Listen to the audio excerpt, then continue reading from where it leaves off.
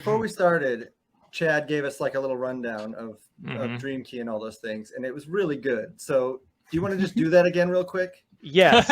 Okay. Yeah. Well, Yes. so people might have seen out there in the Twitterverse when we're promoting Deathshroud, the Dream Key logo on our book. And so Dream Key Comics, what we're doing with that is we want to launch our own company and with the goal to become the #1 platform for digital native comics and be pioneers in bringing comics into the digital age. And how are we going to do that? Well, listen up.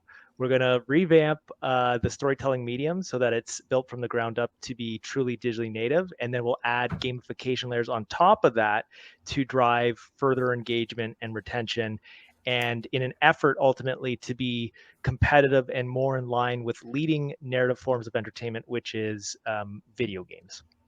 And I think, by doing that, it will ultimately widen the addressable market and position Dream Key to not only, capture the current comic book reading fans that we all love and cherish, but also the massive mobile gaming market, and specifically subsections of the mobile gaming market like idle games or hyper casual games that have 17 billion downloads, 15 billion in revenue. And for those of listening, if you don't know what a hyper casual game is, it's basically a game that is the minimum number of actions to get a dopamine hit.